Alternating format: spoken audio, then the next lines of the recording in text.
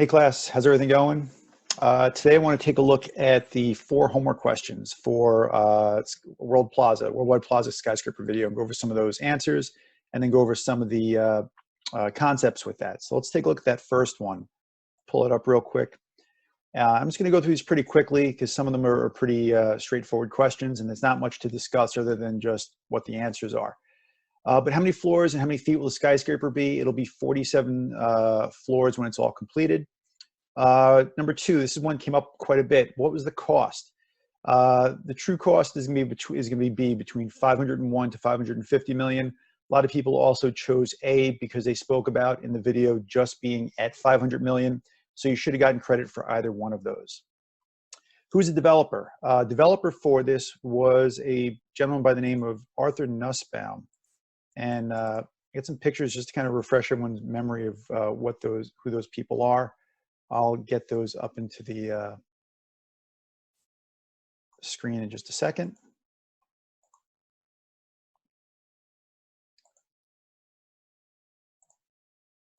So that is Arthur Nussbaum. I'm sorry, not Arthur Nussbaum. What am I talking about? Bill Zeckendorf. Bill Zeckendorf. Bill Zeckendorf is the developer of the project. And if you've heard the name Zeckendorf before, that's because Zeckendorf Boulevard over in Nassau County, where the Roosevelt Field Mall is, that's named after that family. So they're really very huge developers in the New York area. So that's Mr. Zeckendorf. Let's go back to those questions. So developer is B. William Zeckendorf. The AE, who's the architect / engineer on this one?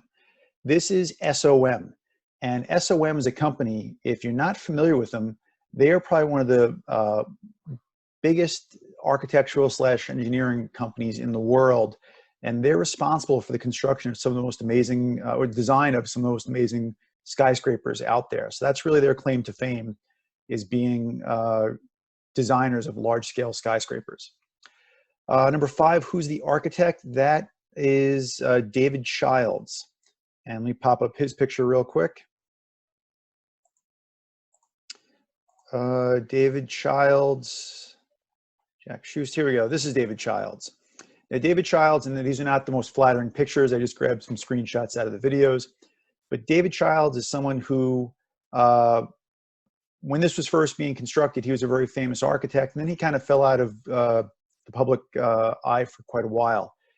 And then when the New World Trade Center was designs were looked at for that, he was called up for that task as well. So he kind of had a resurgence of fame with the New World Trade Center. So that's how the architect is going to be David Childs, G. Who's the contract manager / GC? That's a company called HRH. HRH is run by Arthur Nussbaum, who I was incorrectly speaking about before. And just to go through the pictures, there's Dominic Fonte. So we have Dominic Fonte, he's the construction manager, the project manager for the project. Some before and after pictures, and we'll talk about that in a moment. There's David Childs. That's Jack Schuster, Terry Soderberg. And Terry is the finance guy for the Zeckendorf Corporation. He just cares about the dollars and cents there. Jack Schuster is a very interesting character. Love the comb over that he's got in those 1980 gigantic glasses. We'll talk more about him in a little bit, but he's there as the owner's representative. He's there to make sure that the Zeckendorf Corporation doesn't pay any more or any less than is necessary to get that project completed. And he's a very important character in this entire movie set. So there is Zeckendorf. And I guess I don't have Arthur Nussbaum. He kind of looks a little bit like Zeckendorf, but he's the contractor. So let's go back into those questions. Okay, what countries does steel originate from? That originated in Luxembourg, A. And back in the 1980s, I realized that for almost all of you, this time is old history. You can't even imagine what it was like back then. But I grew up in the 1980s, and during that time, we had all sorts of, not say problems, but the steel industry was dying in America. And most of the steel was pushed off to other countries. And Luxembourg was one of the biggest manufacturers of steel back at the time. The fabrication of it was actually done in Houston. So they would make the steel in Luxembourg or other parts of the world and then ship it to a local manufacturer to have it fabricated. And that was taking place in Houston, which was a very, by Mosher Steel. And they actually are still in existence today. Number 9, HRH is a field restaurant above from a Thai restaurant. I threw that in just to make sure you're watching the movie. It has nothing to do with anything other than that. And then question 10 and 11. These two questions you can't get wrong, and please double check that I did give you credit for these because Blackboard was auto-grading them incorrectly. It's your opinion. And when you watch the movies, I thought the movie was set up in a way to kind of make you change your mind on who the hero and who the villains are in a project.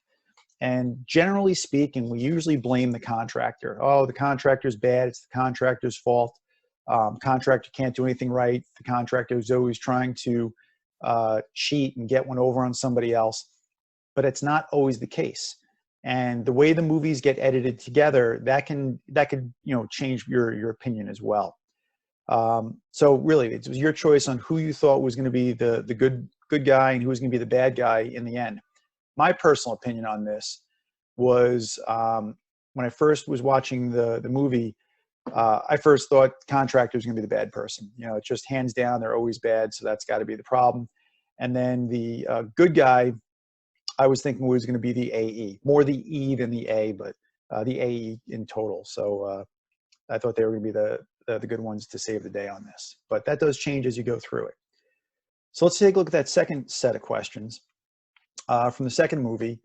And that talks about who's the Native American tribe that the ironworkers come from. That's the Mohawk Indians.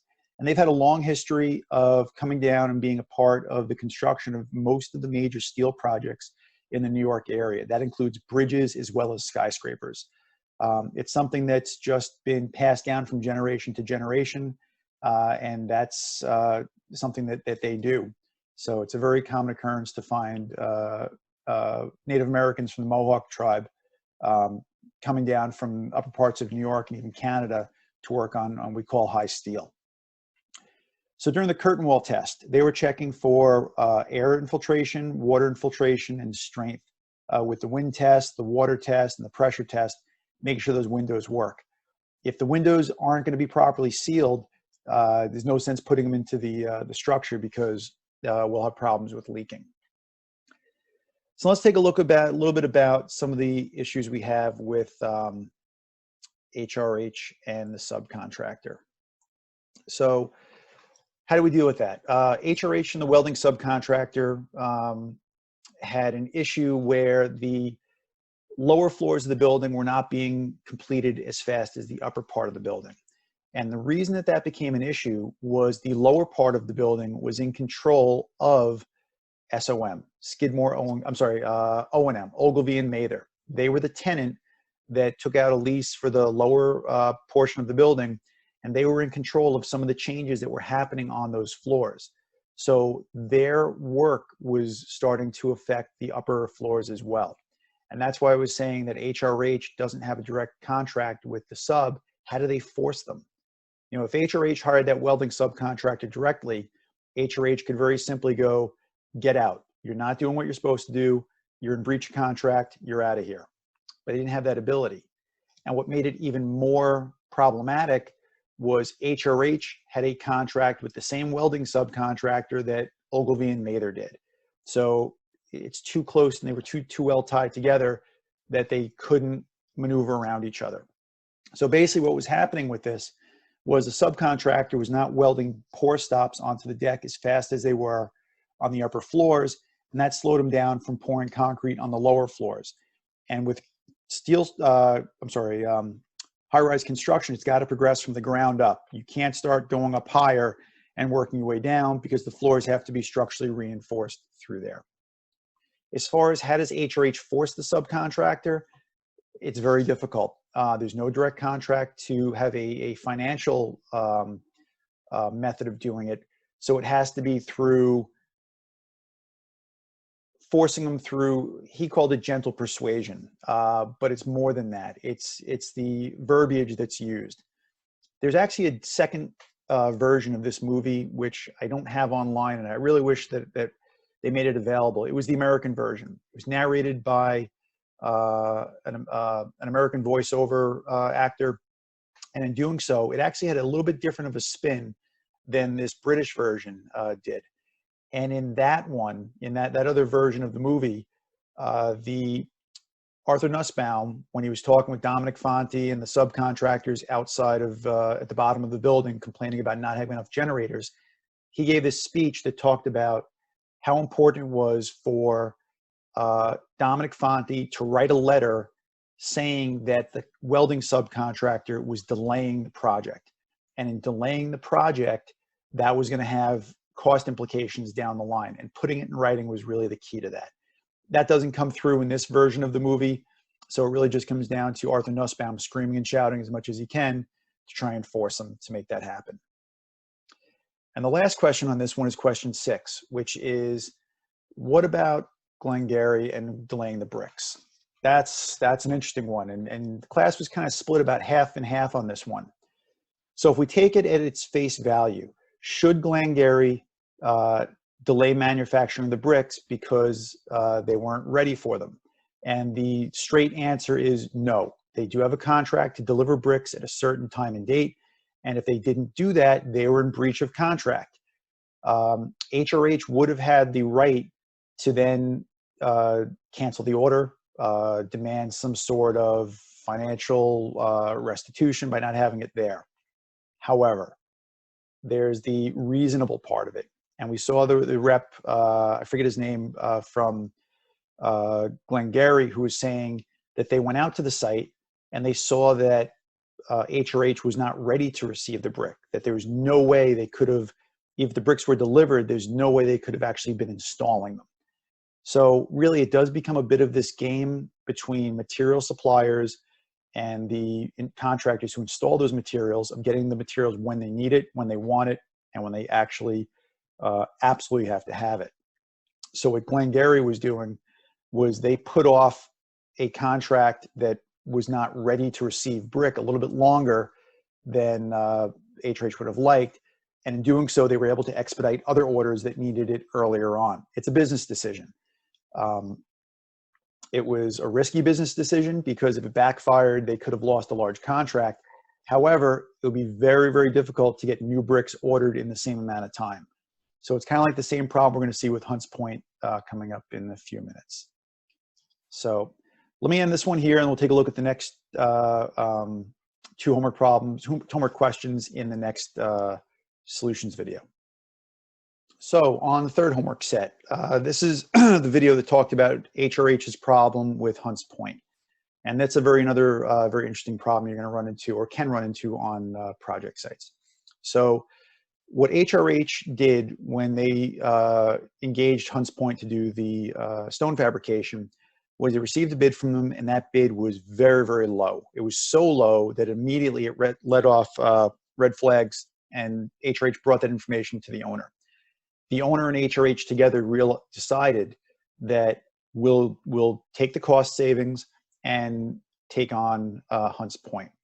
And in doing so, they wound up creating a huge problem for themselves. And as you saw in the videos, Hunts Point was not able to get the engineering proper. They hired an engineer that couldn't design the trusses properly. They kept telling HRH, nope, we're fine, we're good. But that wasn't the case. They were lying as they went through that. And eventually it got to a point where they were so far behind schedule that HRH and the owner were kind of stuck, that they couldn't get off that horse and get on another horse. Meaning that if they got rid of this subcontractor, the time and expense of bringing on a new subcontractor would have made them so far behind schedule and so over budget that it would become a really big, much bigger problem than they had at this point. So what they decided to do was to keep keep Hunts Point, it's a lot of names to keep track in my mind, keep Hunts Point on, and really just kind of ride them a little bit harder and be on top of them more to make sure that they were getting done what they said they were going to be getting done. And one of the things that they did is to make sure this was occurring was actually flew over to Italy to take a look at the stone to make sure it was exactly what they wanted to, because we're talking about a big contract for all that material. So they had to make sure that it was all proper. Don't get your hopes up. As future architects and engineers, you don't get to go to that many other countries to check out stone. It happens once in a while. I don't know if any of you had Professor Caruso when he was teaching here, but he actually had the chance to fly down to, I think he got to go to Alabama to go look at some stone quarries. And then his bosses, the architects that ran his company, they used to fly over to India quite often to check out some of the stone that was coming out of that country. So it does happen now and then, but you're really on some really expensive projects. If you're a typical Long Island house that is between, let's say, $300,000 and $1 million, even on the high end, you're not going anywhere other than the local tile store to pick out tile. You really got to get up into that $15, $20 million range where the owner has money to throw away on a trip for sending you to go someplace to go check out what that material is. So go back to what that question was. So what would you do if you were HRH? You're stuck. If you're HRH, I really think you're in that bind that you have to stay with Hunts Point and not try and push them out, because there's no one else you're going to get to do that type of work. Many of the other subcontractors that do stonework would kind of fall in line behind Hunts Point and realize that if they took that job away from Hunts Point on this job, Hunts Point would turn around and do the same thing to them on a future job. So it's a bit of camaraderie among the different contractors, that they all kind of protect each other. That if we don't stab one person in the back because they could turn around and stab us in the back on the next job. Maybe HRH could have looked outside of the New York area, maybe go to other parts of the country to get the stonework. Could be a possibility, but they're just in a real bind with that one. And then the last question on number 3 was, what's the purpose of the topping out ceremony? And this one, you know, if you had me for construction methods, you absolutely should have got this one right. Your topping out ceremony is the celebration of the end of vertical construction. Basically, it's the highest piece of steel that gets lifted up on top of a building, and they have a little celebration for that. It's kind of a way of thanking the workers for getting them to that point. We'll talk about this in chapter 9 with employee motivation. It's a motivational tool to show that you recognize the employees and what they've done. And I believe it was Felix Germano. He was the project superintendent. He was the one kind of cracking jokes a little bit about, you know, the workers, you know, not working as hard as they should, and you know, they think we have ice running through our veins. But it's a way for the project team to kind of come together and just recognize that everyone's doing the best they can to get the project done. So that's the purpose of that topping out ceremony. And a couple of you also mentioned about why wasn't there an evergreen tree on there, and you know, no American flag like you're supposed to have. You're right. That's been the tradition, is always putting an evergreen tree and the American flag on it. But this happened to be the old Madison Square Garden, so they had a little bit of a tie-in with the basketball theme. Changes it up a little bit. All right, let's look at that 4th set now. Let's see, HRH with the prefab panels. Let me keep this up while I'm talking, if you don't mind.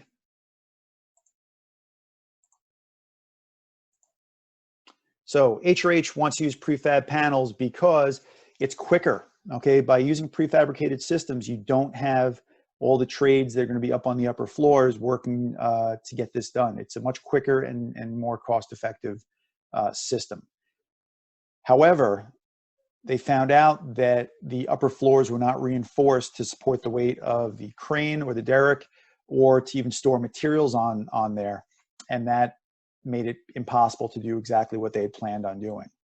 Now, Arthur Nussbaum swears up and down that he spoke to somebody. He says, I told SOM on several occasions to reinforce those floors. I know I did. I know I did. Where's the proof? And that's why, put it in writing. You have to put everything in writing, not so much really to even make sure it happens, but it's a bit of CYA to cover your assets, cover yourself. You're making sure that 6 months down the line, when people say, oh, you never told me that, Well, here's the letter that I wrote to you. Here's the email I sent you that says exactly what you're saying I never did. Perfect example of how we do this, course syllabus. Why do I give you a course syllabus at the beginning of the semester? So that at the end of the semester, I can't say, you know what, I think I'm just gonna throw darts at a wall and pick your grades that way. Might still do that, but you could then pull out your syllabus and say, no, you have to grade them the way that you told me in the beginning of the semester. So putting things in writing is very, very important. Make sure you do that. So that's two and three are one question. Sorry about that confusion. Number 4, if you're the project manager and asked to have a task assigned to someone, well, you're ultimately responsible. If you're told to do something and you pass that on to someone else, if it doesn't happen, you're the responsible party for that. So that's pretty important. I'm going to save question 5 to the end because I have a little bit more about that I want to talk about as we go through that. And let's talk about Jack Schuster. During the pre-construction phase, Jack Schuster, what would he have changed to help the project economically? And he talks about making sure that when they're picking a budget for the project to go forward, he would be a little bit more realistic on the budget. And that's a very important term that he uses, in that when you're trying to pick out the cost of a building 4 years from now, let me ask you this.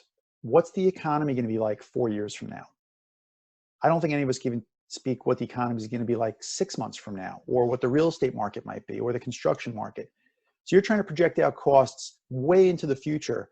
You always want to kind of err on the side of caution and project things to be a little bit more expensive than they may actually be. So it's a very difficult thing. What he's talking about in terms of being more realistic, to pad the budget a little bit more. Make sure that when you have an architect, I'm not picking on the architects, when you have an architect that's coming up with these grandiose ideas and these stone facades and all this intricate work and lots of brick work, be more realistic that that's going to be an added expense that is more than what is typical. So that's what he's talking about. And one of my favorite lines that he talks about is when the budgets actually come in, it says, and the cheese gets a little bit binding. That's really when you start to see the dollars and cents coming into a project, and that's when you really know exactly how much this building is going to cost. And when you're looking at buildings that are in the millions of square feet, let's take 1 million square feet. If you're off by $1 a square foot, that's an extra $1 million on a budget. And if you're off by $10 a square foot, and that could even be something like the price of tiling or carpeting, now you're looking at $10 million. So the factor goes off, increases tremendously. So it's a big part to it. The last 2 questions talk about, how do you think, who was it, the same person you thought was the good person versus the bad person? And by the end of the movie, and to be honest with you, I've seen this movie I watched this when I was in college. So I was in my sophomore, junior year. So that's close to 30 years ago now. I've seen this well over 20 times. And it's one of those movies I do enjoy watching it each time. Drives my wife crazy, but it's a good set. And I'll explain why I think it's so important for you to watch these. And if you didn't get to fully watch them, please do over the summertime, because it's really, really important. I still think on this one, in the end, HRH was the good person, and the owner of the Zeckendorf Corporation, with the exception of Jack Schuster, wound up being the bad person on this one. And the biggest reason why is HRH talks about how they felt that Zeckendorf Corporation accuses them of being abandoned and not doing their job properly. When you're on a construction project, the budgets never work out exactly the way you plan them to do. There's always things that go wrong. There's always issues that happen. And it's not always any one person's fault. Sometimes the contractor screws up. Sometimes the engineer and the architect screw up, and sometimes the owner screws up. In the end, everyone's trying to, for the most part, pull for that same goal of getting the project finished, get it completed, and moving on to the next one.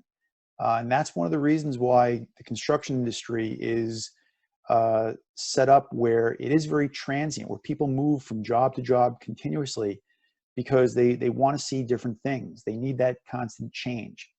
being on a single project for 4 years it's life-changing. And this is going to talk a little bit about how Dominic Fonte changed over the years. 4 years of your life is a long time.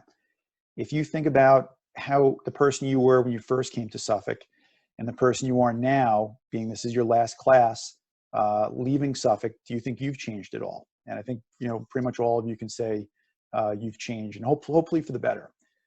But being on a construction project for 4 years of your life, especially in a position like Dominic Fonte, is definitely a life-changing experience. And he summed it up that he said that people think of him as being more serious now than he was before, and he's got less tolerance for incompetence. And that's something I've personally found to be true with myself. When I first started in construction, I worked for the DOT, and I was a construction inspector. And so my job was more similar to Jack Schuster's job, where I was out there making sure the contractor was spending the money properly, doing the right work, and making sure they got paid exactly what they were deserved, and not a penny more or a penny less. And I took that role very seriously, even though it was New York State money, but it's like monopoly money, it doesn't really exist.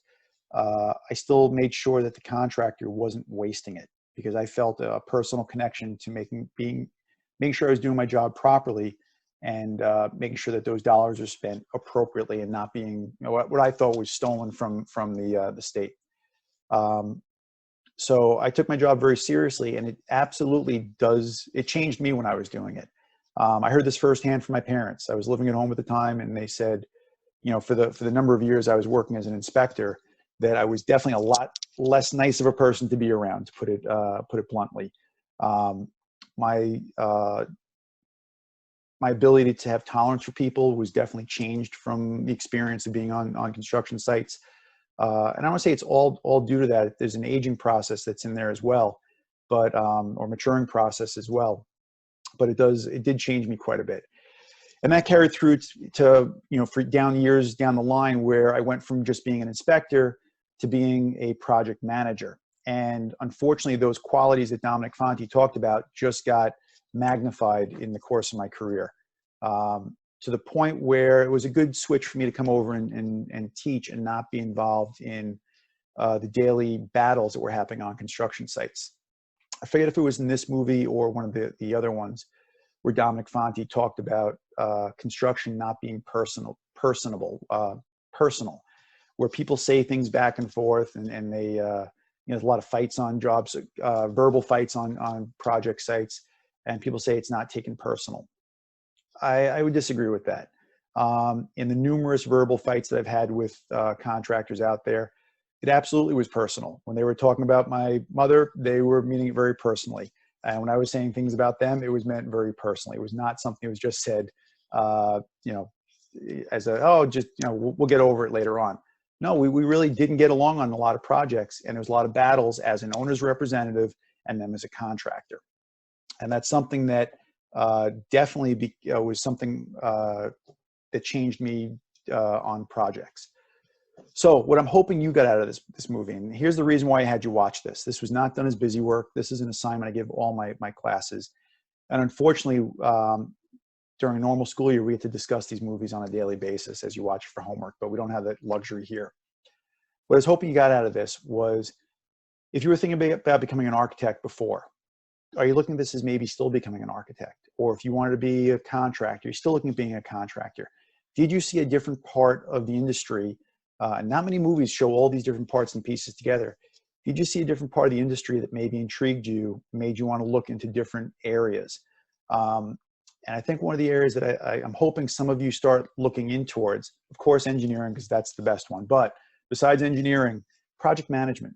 And that can be as an architect or an engineer, working for the owner, or even for a contractor or a designer, but being the project manager and taking control of a project and having that level of responsibility. And that level of responsibility, it'll age you. You'll get paid very well for it, but it will age you. I didn't get my gray hairs, just by, getting old. It happens because it's stressful, and that's why you get paid. but how you deal with that stress is very, very important. You can do it in constructive ways, or you can do it in destructive ways. And we'll talk about that a little bit in chapter 9 and 10.